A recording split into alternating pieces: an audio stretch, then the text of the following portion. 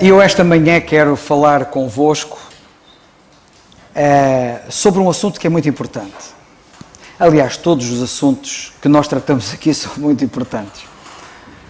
Mas este em particular, e deixai-me dizer que se nós não formos fiéis nas coisas pequenas, dificilmente seremos fiéis nas coisas grandes. E não fui eu que disse isto. O Senhor Jesus Cristo é que disse isso. E quero-vos falar de uma coisa aparentemente pequena, que se calhar não é tão pequena assim, em que muitos não são fiéis. E nós temos que ser absolutamente rigorosos e devemos ser fiéis nisso. Por vezes ouve-se a pergunta que alguns fazem, e que alguns nos fazem, nos dirigem, e que é a seguinte: vocês aí na vossa igreja não têm pastor? É uma pergunta que fazem. Não há pastor aí na vossa igreja? A minha resposta é muito simples. Há mais do que um pastor aqui nesta igreja. Há vários pastores aqui nesta igreja. Mas há dons que Deus deu para pastores aqui na igreja, como há dons para outras coisas aqui na igreja. E o pastor é apenas um dom entre muitos dons que Deus dá à sua igreja. O que nós não temos aqui é títulos honoríficos. E eu queria que vocês notassem bem a diferença entre haver pastores, porque os há, mas eles não serem tratados como títulos honoríficos. Colocar o nome do dom, pastor, atrás do nome da pessoa e chamar, por exemplo, no meu caso, Pastor Carlos Oliveira. Isso está errado. E é sobre a fidelidade nesta pequena coisa que eu vos quero falar, porque se não formos fiéis nas coisas pequenas, nunca seremos fiéis nas coisas grandes. Mas nós temos que nos mover pela Palavra de Deus. E é pela Palavra de Deus que devemos sempre procurar ter as respostas, obter as respostas. Por exemplo, eu quero ser salvo. Um dia alguém perguntou ao Senhor Jesus Cristo o que é que tinha que fazer para obter a vida eterna. E o Senhor Jesus Cristo assim: como lês? Está escrito. Se eu quiser saber como posso ser salvo, tenho que ir à Bíblia saber como é que posso ser salvo. Se eu quiser saber qualquer coisa do domínio espiritual que eu preciso de saber, eu devo ir às Escrituras, porque lá nós temos as respostas todas. E sobre esta matéria também temos as respostas. Há 2 anos atrás, mais concretamente no dia 19 de junho de 2016, portanto há sensivelmente 2 anos atrás, repito, dia 19 de junho de 2016, eu preguei aqui uma mensagem cujo título era Clericalismo. Se forem à internet, e recomendo, porque aquilo é complementar daquilo que eu vou dizer hoje. Se vocês forem à internet, ao portal da igreja na internet, www.iqc.pt, e na pesquisa escreverem clericalismo, a primeira ocorrência que têm é essa mensagem. E, portanto, clicam nela e ouçam-na, porque ela é complementar daquilo que eu vou dizer. Realmente, o desrespeito por esta verdade, o desrespeito pelo facto de que o dom ou os dons não são títulos honoríficos, é que conduz a uma coisa muito errada chamada clericalismo. A palavra clericalismo, parece um palavrão, vem da palavra clero. Eu sou muito rapidamente só dizer o seguinte: vem da palavra clero. E a palavra clero muitos talvez não saibam, mas a palavra clero, o significado dela é herança.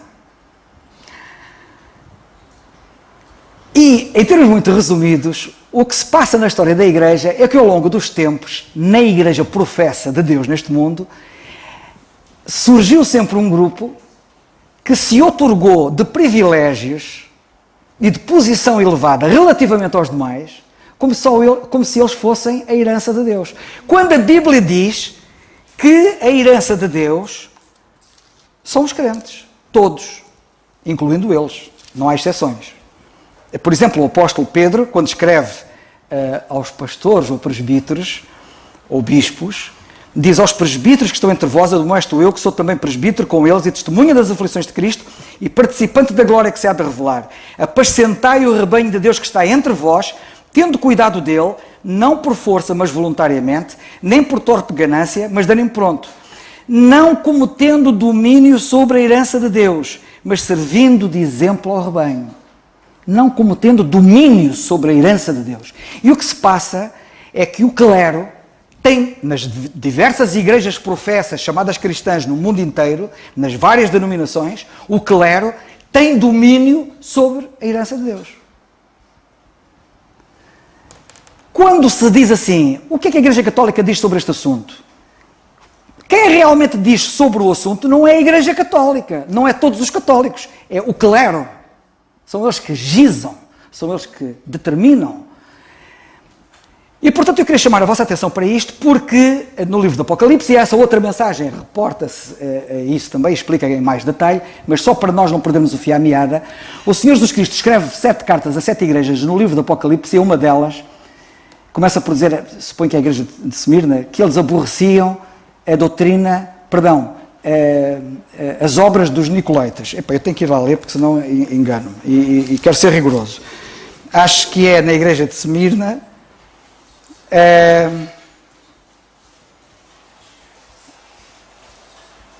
se calhar não, é na igreja de Éfeso. É na igreja de Éfeso. Eu peço perdão, é a primeira igreja, no capítulo 2 do livro do Apocalipse, nós lemos, versículo 6, tens porém isto, que aborreces as obras dos Nicolaitas, ou Nicolaitas, como dizem alguns, as quais eu também aborreço. A palavra aborrecer na Bíblia quer dizer odeio.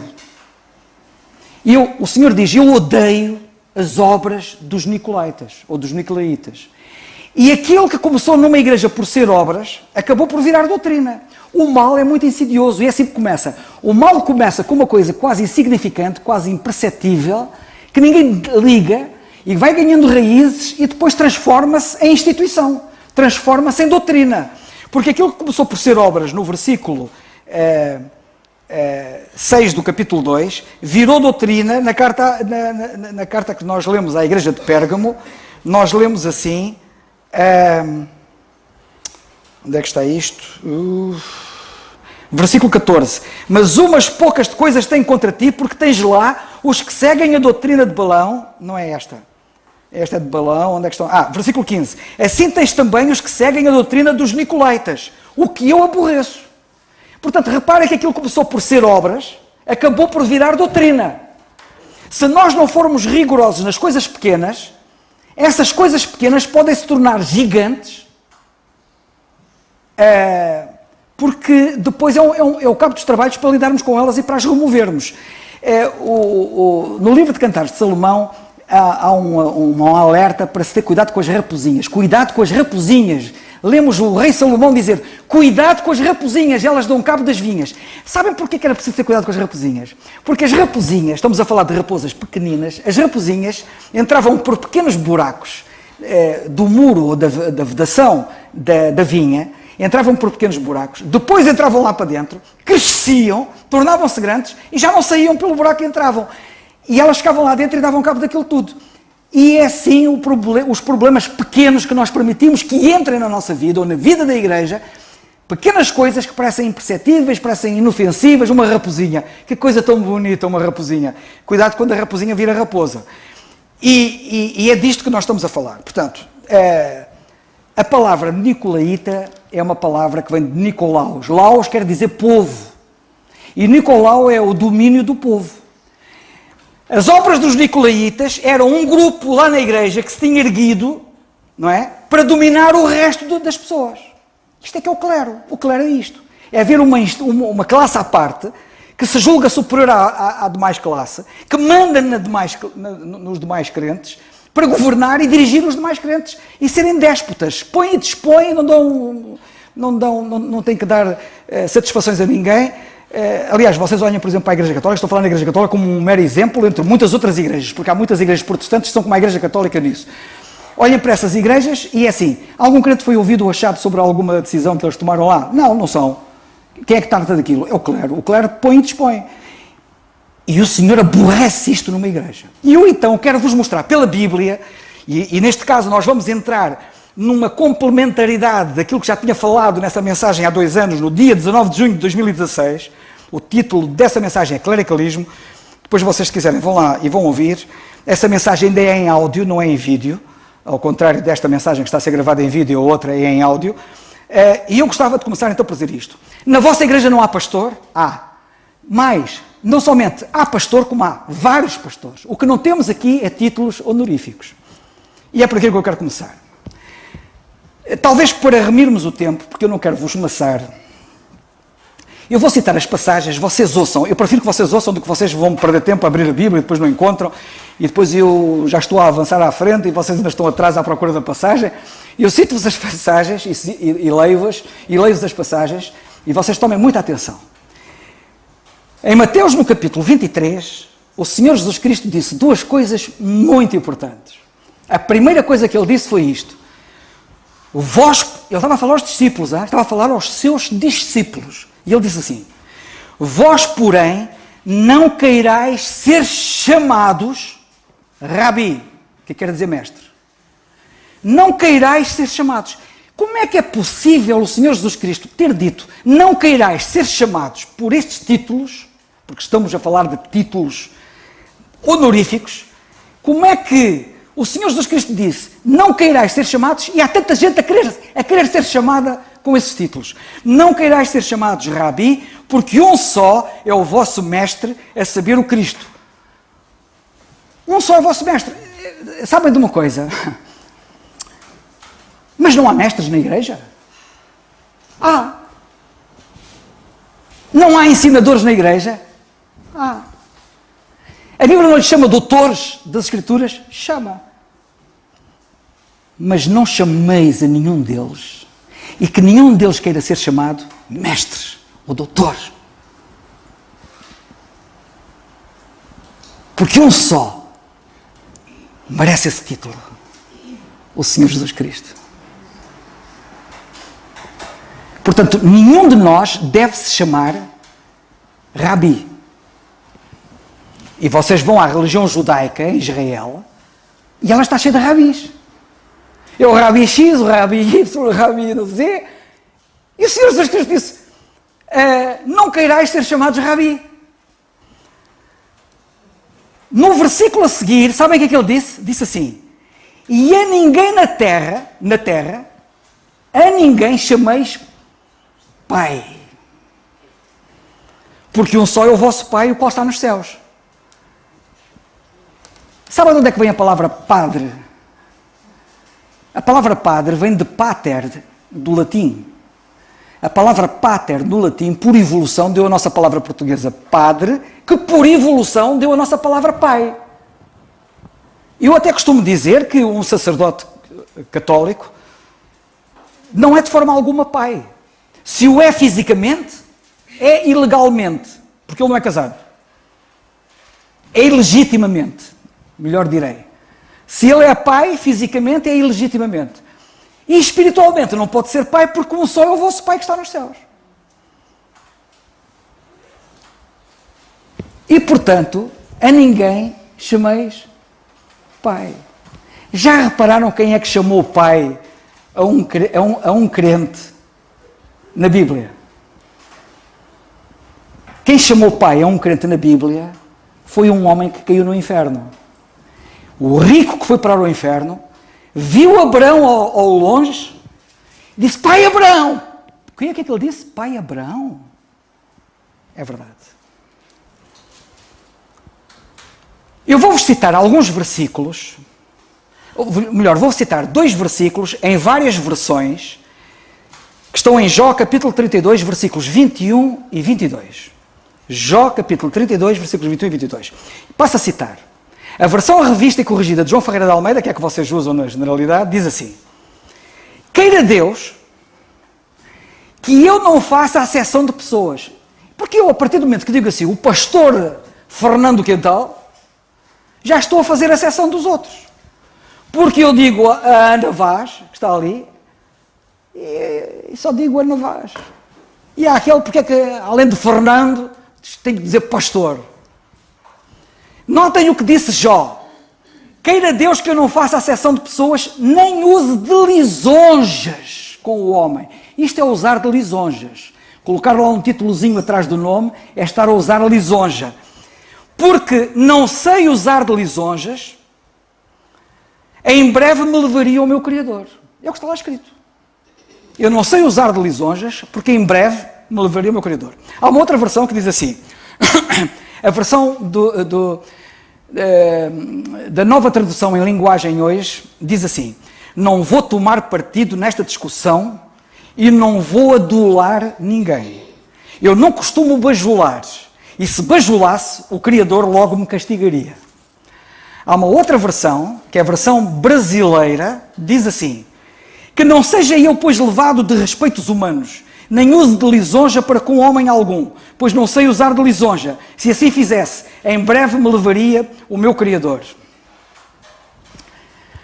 Uma das melhores traduções, segundo dizem os entendidos, da Bíblia, é a tradução dos capuchinhos. A tradução dos chamados missionários capuchinhos da Difusora Bíblica. É uma tradução católica da Bíblia, é uma tradução católica, chamada a versão dos capuchinhos. É uma tradução que, segundo os entendidos, é uma boa tradução, mas também já reparei que esta tradução dos capuchinhos tem várias versões, que eu não sabia. E só agora lá em casa que eu descobri. Aqui há uns anos atrás, o nosso irmão José Balroado ofereceu-me uma versão dos capuchinhos. Lembras-te, José? Ainda te lembras? O nosso irmão José Balroado ofereceu-me uma versão dos capuchinhos, mas eu já tinha lá em casa uma versão dos capuchinhos. E eu lembrava-me, já há muito tempo, deste versículo, na versão dos capuchinhos, lembrava-me de uma determinada expressão que aparece lá e que não aparece exatamente nas outras versões, mas que é mais clara. E eu fui ver o que é que dizia a versão dos capuchinhos. Então peguei na versão que o José Balroado me tinha oferecido, cheguei lá e disse, mas isto não está aqui. Mas eu era assim, mas tenho quase a certeza que é a versão dos capuchinhos que diz isso. Eu disse assim, só procuro uma descarga de coisas assim, deixa-me cá ver a minha versão dos capuchinhos, a outra que eu já tinha, o que é que ela diz? E peguei naquela versão dos capuchinhos e então dizia aquilo que eu tinha cá na cabeça que ela dizia.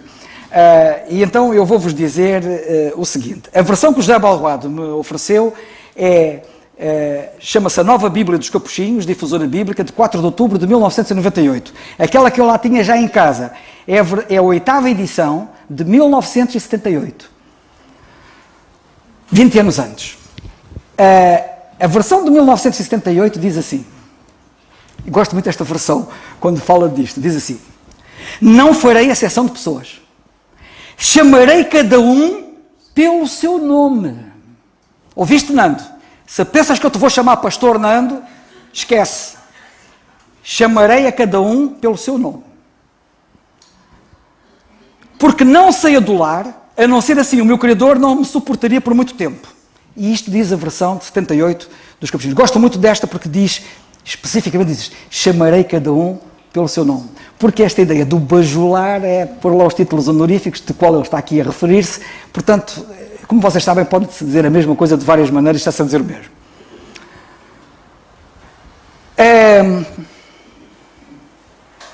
Há mais duas versões que, a dada altura, sobre esta matéria, dizem a mesma coisa, mas uma diz assim, não usarei de títulos aduladores. Outra diz, não sei dar títulos aduladores ao dar nomes de honra.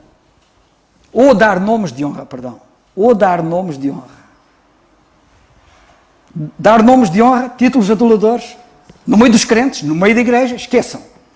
No meio do povo de Deus, esqueçam.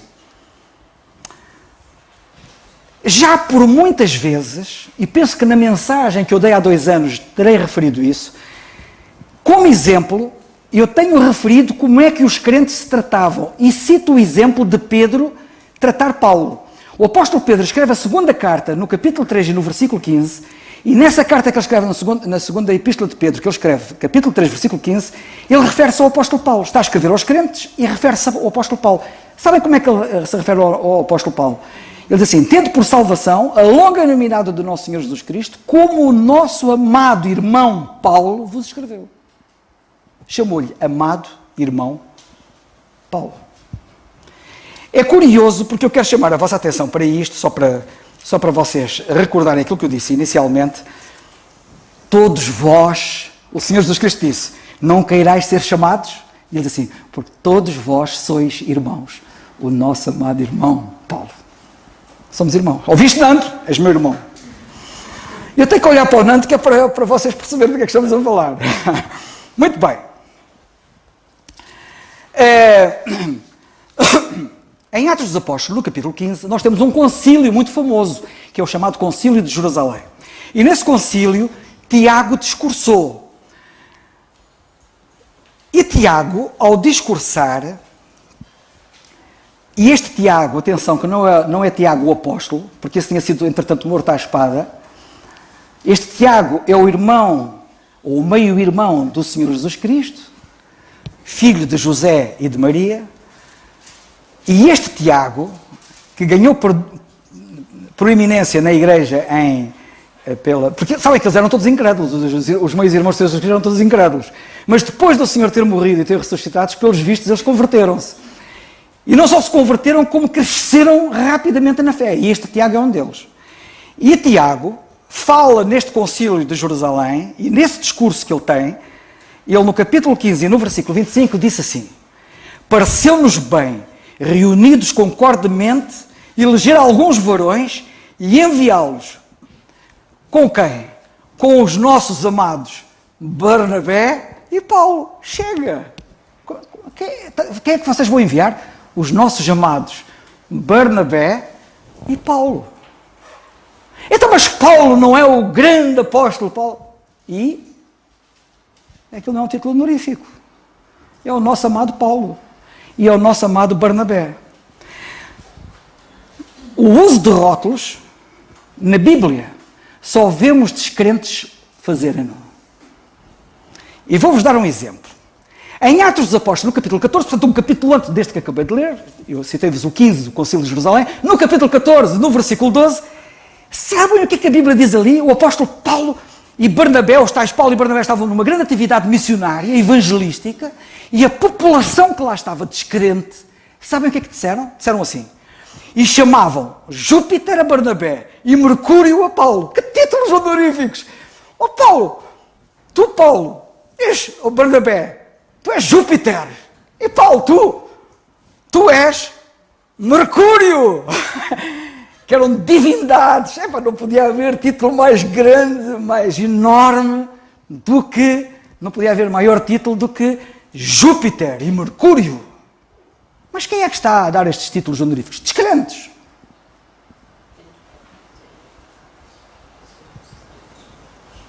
Como é que o apóstolo Paulo, nas 14 epístolas que ele escreve, como é que ele trata os seus colaboradores?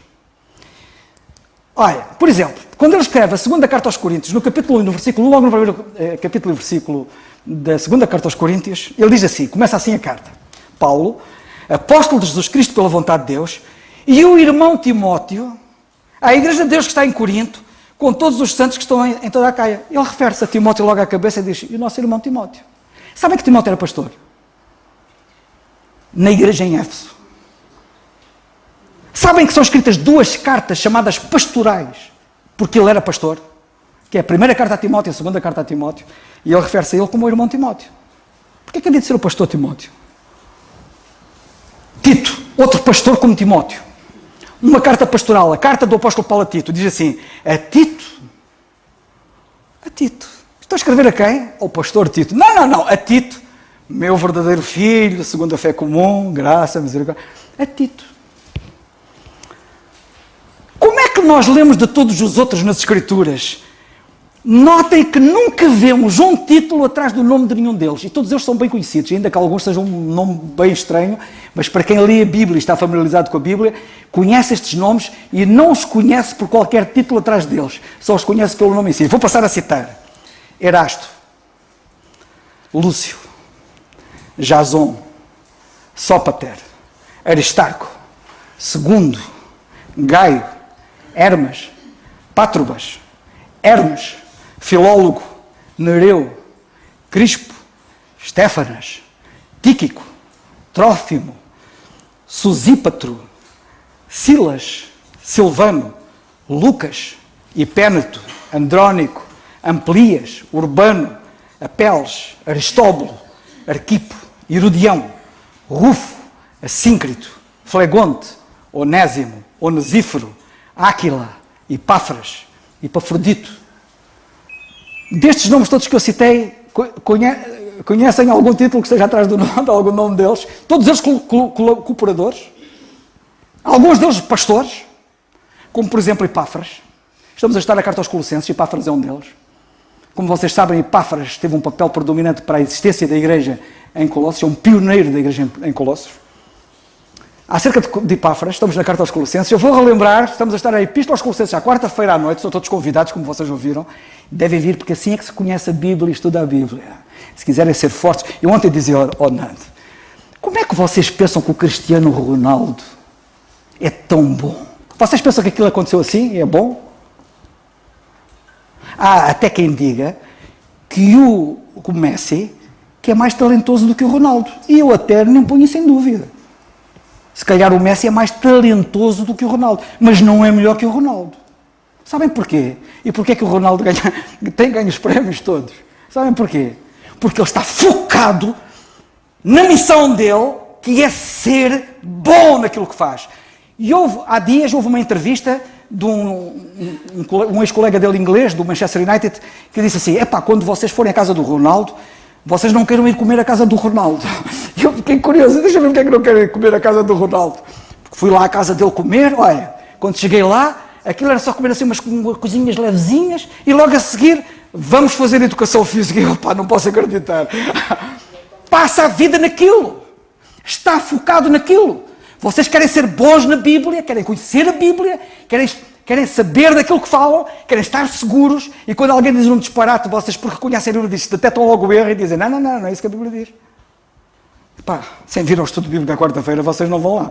Vocês não vão ser bons. E não é só vir à quarta-feira, é estarem focados. É vir lá à casa e vamos tratar do assunto. Isto é muito importante. Colossenses 1,7 diz assim, como aprendeste de Epáfras, nosso amado conservo. Já viram que o tal Epáfras, o homem fundador da igreja em Colossos, é o nosso amado Epáfras. E no capítulo 4, versículo 12, vamos assim, ainda não chegamos lá, vamos lá chegar a essa parte do estudo. Saúda-vos Epáfras, que é dos vossos, servo de Cristo. Saúda-vos Epáfras. Não diz o pastor Epáfras, não diz o doutor Epáfras, mas apenas Epáfras. E ainda no capítulo 4, versículo 10 de Colossenses, que ainda não chegamos lá, e esta passagem que eu acabei de citar estava no capítulo 4, versículo 12, perdão, no 4:10 lemos assim, Aristarco, que está preso comigo. Quem é que está preso contigo? O pastor Aristarco, também foi preso como eu. Não, Aristarco apenas. Aristarco está preso comigo, vos saúda. E Marcos, o que escreveu o Evangelho de Marcos? É o pastor Marcos. Não, Marcos, o sobrinho de Barnabé, acerca do qual já recebestes mandamentos. Se ele for ter convosco, recebei-o. Estão a ver como é que a Bíblia chama a cada um deles? Filémon, no versículo 23, quando Paulo escreve a carta a Filémon, no versículo 23, que é no fim da carta, ele diz assim, Filémon, sabes, tenho aqui algumas saudações para ti. Sabes quem é que te saúda, Filémon? Saúdam-te Epáfras. Cá está o Epáfras outra vez. Na primeira carta a Timóteo, no capítulo 6, versículo 20, lemos assim, Timóteo, Paulo está a escrever a Timóteo, Timóteo, Paulo, como é que falas de Timóteo? Timóteo, Nando, Timóteo, meu amado filho, meu amado, nosso amado irmão Paulo, nosso amado Timóteo. Em Hebreus, no capítulo 13, versículo 23, ele diz assim, está solto o irmão Timóteo. O nosso amado irmão Timóteo está solto. Não é o pastor ou outra coisa qualquer. Na primeira carta aos Coríntios 9:6, diz assim, chega a uma certa altura, ele está a falar sobre direitos potenciais que ele e outros como ele tinham. E ele diz assim, ou sou eu e Barnabé não temos direito de deixar de trabalhar? Só eu e Barnabé é que não temos direito de deixar de trabalhar? Reparem, eu e quem? Barnabé, apenas Barnabé. Na primeira carta de Pedro 5:12, ele diz assim, por Silvano, vosso fiel irmão. Chama-lhe apenas Silvano. Como cuido, escrevi abreviadamente, exortando e testificando de que esta é a verdadeira graça de Deus na qual estáis firmes. Quando ele escreve a primeira carta aos Coríntios, no capítulo 6, ele fala de uma figura ilustre na Bíblia. Sabem como é que ele se refere a ela? Olha, não é um indivíduo qualquer, só para vocês terem uma ideia. É apenas um indivíduo mais eloquente que, porventura, algum dia esta terra viu pisar. Porque ele era mesmo eloquente e poderoso nas Escrituras. Grande pregador. Apolo. Acerca dele diz assim: e acerca do irmão Apolo, roguei-lhe muito que fosse com os irmãos ter convosco. Acerca de quem? Do irmão Apolo. Apenas isto. Vós sois irmãos. Não queirais ser chamados. Vós sois irmãos. O irmão Apolo. De facto, como disse o Senhor Jesus Cristo em Mateus capítulo 23, versículo 8, todos vós sois irmãos. Notemos agora um pormenor importante que é muito importante nós repararmos e sublinharmos e nunca esquecermos, que é repararmos que o Senhor Jesus Cristo chama os seus sempre pelo nome. Então quer dizer, o Senhor Jesus Cristo a mim chama-me pelo nome e vocês vão me chamar por um título honorífico? Como é que é? Há qualquer coisa que não joga. Porque Ele chama-nos mesmo pelo nome, não por um título. Então, como é que nós vamos fazer? Sabem o que é que está escrito? Está escrito assim.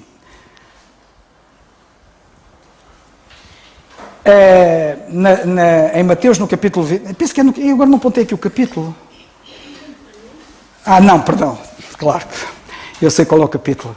Naquela tal passagem de Jó, nos versículos 21 e 22 do capítulo 32, acho que é o capítulo 32 que eu vos disse, versículos 21 e 22, eu vou relembrar o que diz a passagem assim: não farei exceção de pessoas, chamarei cada um pelo seu nome.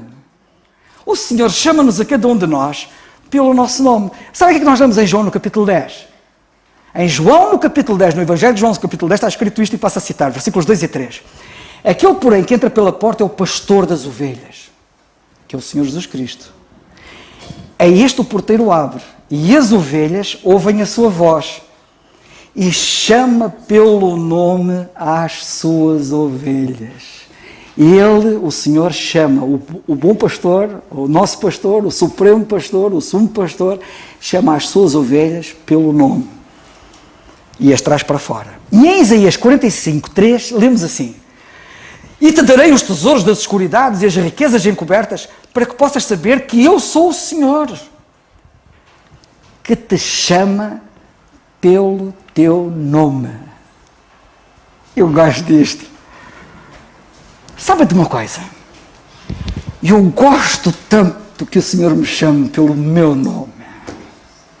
E quando ouço o Senhor chamar-me pelo meu nome, eu fico tão contente, porque eu conheço a voz do meu pastor. As minhas ovelhas conhecem-me. Eu sou conhecido delas. E eu as conheço. E chamo-as pelo seu nome. E quando o bom pastor... Sabem porque é que o anticristo... Só um pequeno parênteses. Sabem porque é que o anticristo não engana os verdadeiros crentes na grande tribulação? Obrigado.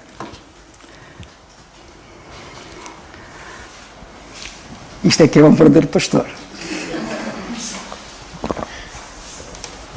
É alguém que serve.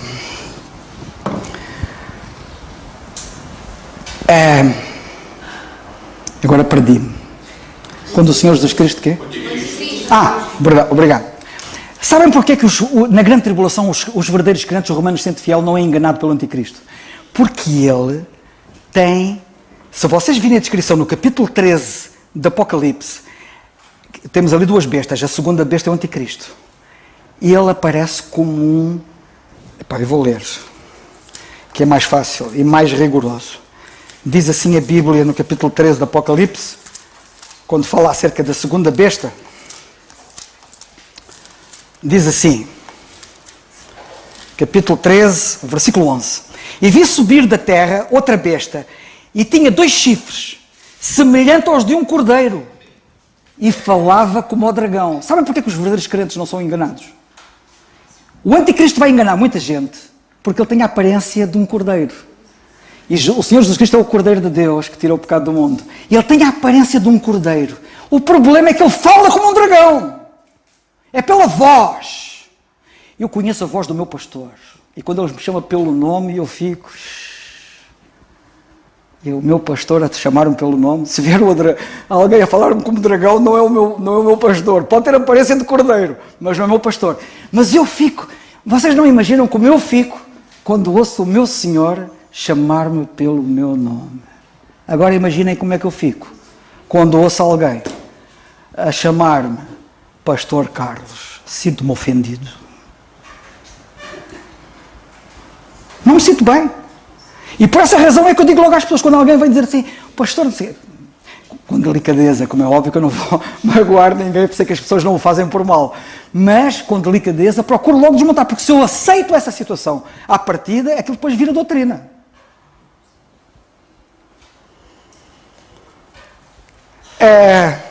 Na vossa igreja não há pastor? Até há vários. Pastor é dom, repito, não é título honorífico. Na Bíblia, a palavra pastor, e tem que ser rápido para terminar, na Bíblia a palavra pastor, no singular, notem bem, quando a Bíblia fala em pastor singular, refere-se só e sempre ao nosso Senhor Jesus Cristo. Vocês podem pegar numa concordância e pôr em pastor, e vão ver que pastor nunca se refere a nenhum homem. Sempre, a não ser que seja a guardar ovelhas mesmo, físicas. Nunca se refere a nenhum homem. Espiritualmente, pastor na Bíblia refere-se sempre ao Senhor Jesus Cristo. E sempre que a Bíblia fala de homens que são pastores, porque há homens que são pastores, têm esse dom, não o título honorífico, a Bíblia fala sempre no plural. Sempre no plural, nunca no singular. Eu vou relembrar, mas antes disso quero dizer o seguinte, a palavra pastor no singular refere-se sempre ao Senhor Jesus Cristo. Por exemplo, quantas vezes é que a Bíblia o chama de pastor? Quantas vezes? Várias vezes. Peguem numa concordância e vejam. Depois ele é chamado o bom pastor. Em João 10, que acabamos de ler há pouco. Depois é chamado o grande pastor. Penso que na carta aos Hebreus. Depois é chamado o sumo pastor, na carta de Pedro. Depois é chamado pastor e bispo das vossas almas. Penso que também é Hebreus. Mas se não for, eu reservo aqui a possibilidade de poder, porque eu não apontei. Quando se refere aos homens, o termo é sempre plural. Reparem. Na carta aos Hebreus, lemos assim no capítulo 13, versículo 7, e tomem muita atenção, porque é para vocês orarem por eles. Diz assim, lembrai-vos dos vossos pastores, plural, que vos falaram a palavra de Deus, a fé dos quais imitai, atentando para a sua maneira de viver. Agora imaginem que os vossos pastores são indivíduos que acham que devem ser chamados, até exigem. E alguns até querem que o P de pastor seja maiúsculo. Pastor com P maiúsculo. É ver as cartas que eles escrevem uns aos outros, etc. E ver como é que eles escrevem. Imaginem se um pastor não for um exemplo, como é que isto pode ser dito? A fé dos quais imitar? Imitar a fé de quem? Do indivíduo destes? Um indivíduo destes não quer imitar nada. Isto não é para ser imitado, mas é para não ser seguido. E no versículo 17, está no capítulo 13, versículo 7, depois mais abaixo do versículo 17, lemos assim, obedecei a vossos pastores e sujeitai-vos a eles, porque velam por vossas almas como aqueles que hão de dar conta delas, para que o façam com alegria e não gemendo, porque isso não vos seria útil. Ontem eu e o irmão Fernando estivemos reunidos com alguns pastores, entre aspas. E uma das coisas que nos pesa na alma é a responsabilidade que temos para convosco. Um dia eu vou ter que dar contas a Deus pela forma como eu vos ministrei, por aquilo que eu vos ensinei ou não, pela forma como eu cuidei ou descuidei. Eu vou ter que prestar contas a Deus por mim, mas também vou ter que prestar contas a Deus por vós.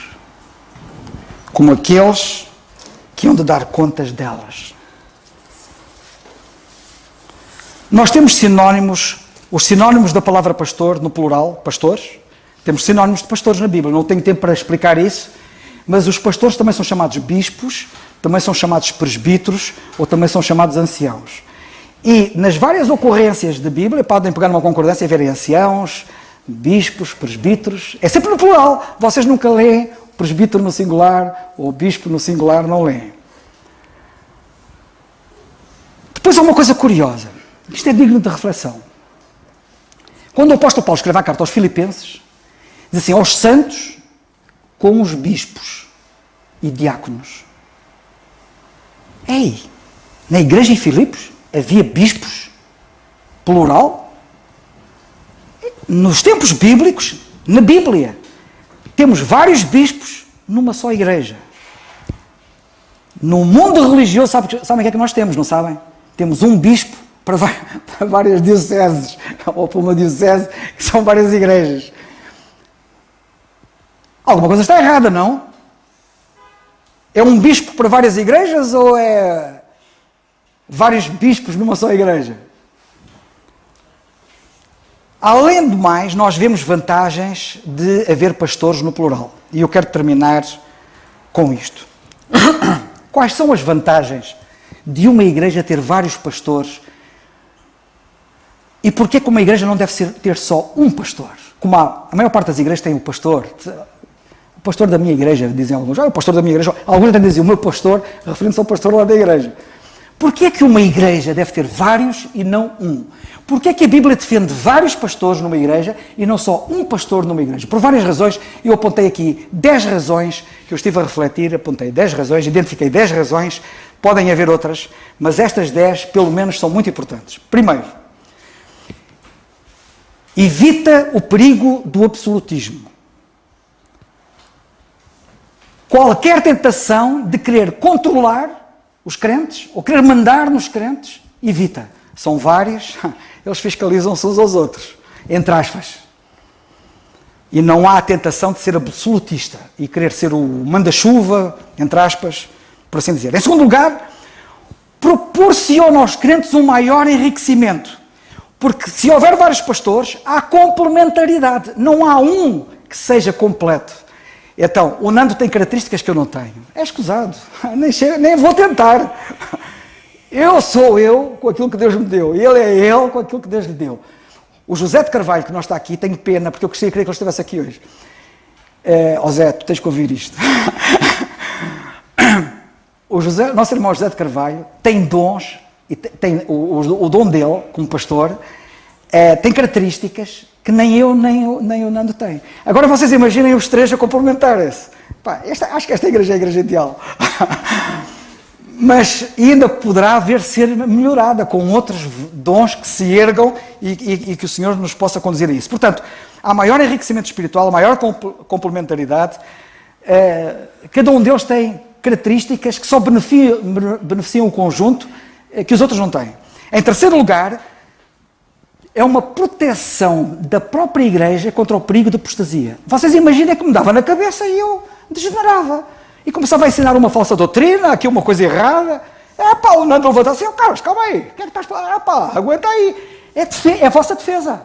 Se um de nós desatinar, os outros são a garantia de segurar o barco. Estão a ver a ideia? Portanto, isto é muito importante. Da apostasia, do falso ensino, da degeneração.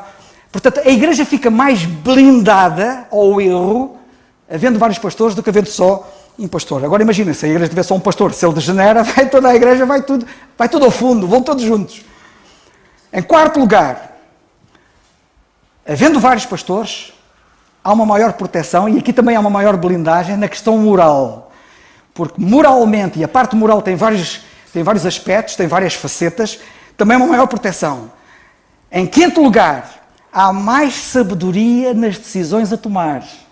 Por vezes é preciso tomar decisões e é preciso muita sabedoria. E sabem o que é que a Bíblia diz? Diz assim, não havendo sábia direção, o povo cai. Mas na multidão de conselheiros há segurança.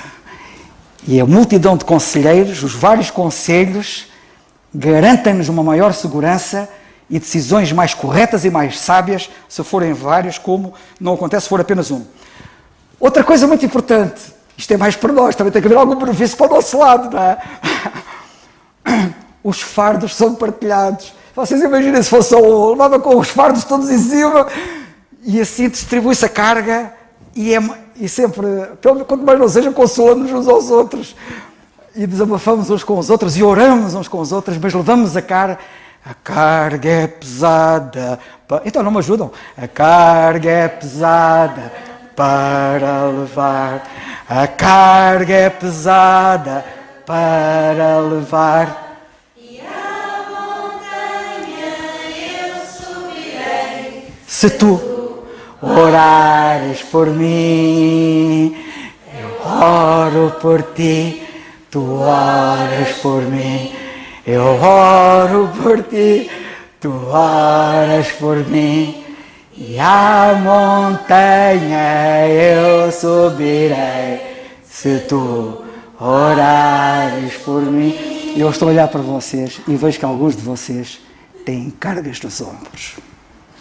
Não somos só nós. Oremos uns pelos outros. E vai ser mais fácil vocês levarem as cargas. Em sétimo lugar, torna mais fácil a sujeição, porque nós temos que estar sujeitos um ao outro, não é, Nando? Porque se a Bíblia diz que temos que estar sujeitos uns aos outros, agora imagina se o pastor estiver lá sozinho, lá no pedestal, e ele nem sabe o que é ser sujeito, mas ele tem que aprender a ser sujeito e tem que dar um exemplo para que os outros vejam o que é ser sujeito. Em oitavo lugar, combate-se mais facilmente a falta de transparência. Há mais transparência. Nós temos que prestar contas aqui uns aos outros, no bom sentido. Maior transparência. Em nono lugar, se um adoece,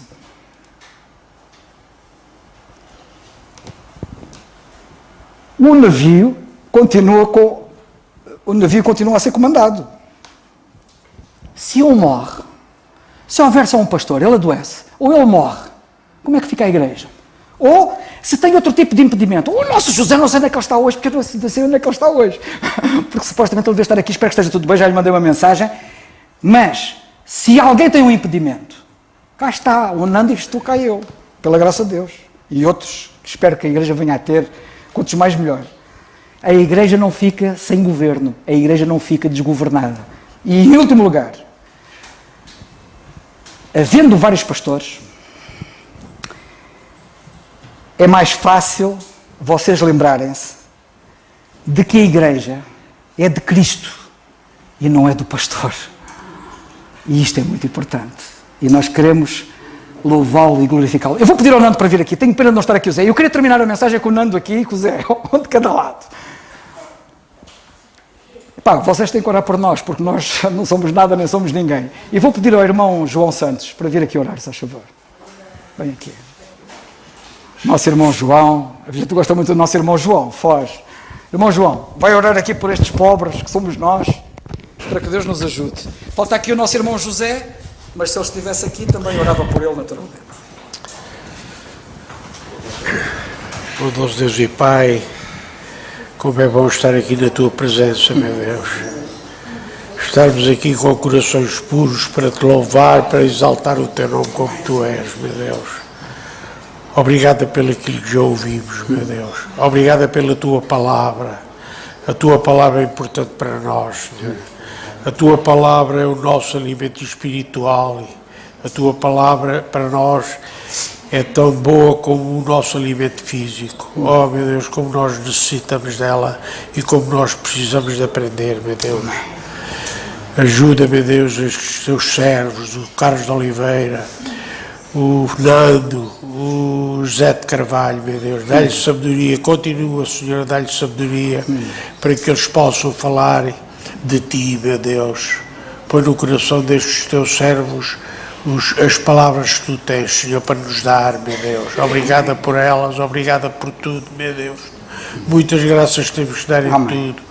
Cuida, meu Deus, de todos os Teus filhinhos, todos os membros do Teu corpo, do qual Tu és a cabeça. Cuida de todos, abençoa a todos, meu Deus. Amém. Obrigada por tudo, meu Deus. Muitas graças temos que dar em tudo. Amém. Tudo Te agradecemos, em nome do Teu Filho, o nosso Senhor Jesus Cristo, o nosso amado Salvador. Amém. Amém. Nando, vais orar também para que o Senhor cuide destes irmãos e nos ajude a todos.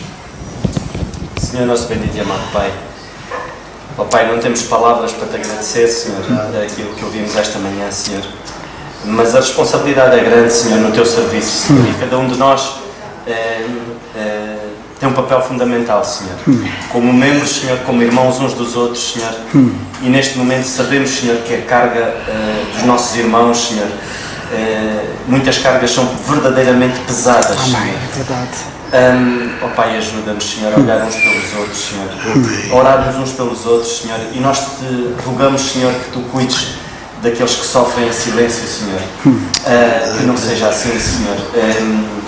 Somos um corpo, Senhor, onde a cabeça é o Senhor Jesus Cristo, Senhor. Somos um corpo onde estamos ligados, Senhor, e esta ligação é feita através do Senhor Jesus Cristo, Pai. Nós te agradecemos, Senhor, te agradecemos por cada filho teu aqui, Senhor. Sabemos que as lutas são grandes, mas sabemos que tu és muito maior, Senhor, e tu nos dás a tua graça, Senhor. Hoje vivemos pela tua graça. E, Pai, não há nada que tu não permitas que aconteça que não seja para nosso benefício. Mesmo, provavelmente, Senhor, muitos pensarão que estão a atravessar um tormento, Senhor, estão a atravessar momentos difíceis, mas possamos ter a certeza, Senhor, que esses momentos, muitas das vezes, são momentos difíceis, embrulhados, Senhor, são bênçãos embrulhadas em momentos difíceis, Pai. E que tu cuidas e tu sabes o propósito de cada situação, Senhor. Te agradecemos mais uma vez, Senhor, por cada filho teu aqui. No nome do teu Filho, nosso Senhor Jesus Cristo. Amém. Amém. A carga é pesada para levar. A carga é pesada para levar. E a montanha eu subirei, se tu orares por mim. Eu oro por ti, tu oras por mim. Eu oro por ti, tu oras por mim. E a montanha eu subirei, se tu orares por mim. O corpo está terminado.